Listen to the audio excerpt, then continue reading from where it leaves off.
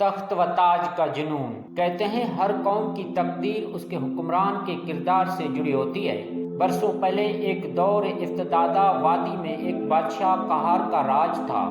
یہ بادشاہ اپنی طاقت اور ظلم کے لیے مشہور تھا۔ اس کا چہرہ جتنا پرکشش تھا، دل اتنا ہی سخت۔ وہ اپنے مخالفین کو چیلوں سے کنجوا دیتا اور اپنی تعریف نہ کرنے والوں کی زبانیں کاٹ دیتا۔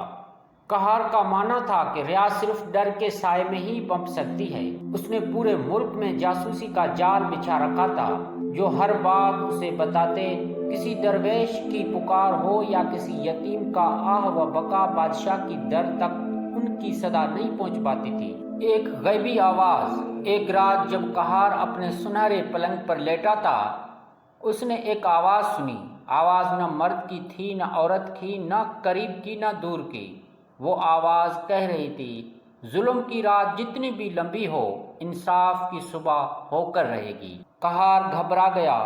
اس نے پہرہ داروں کو بلایا، محل چھان مارا، مگر کچھ نہ ملا۔ یہ آواز اگلی رات پھر آئی۔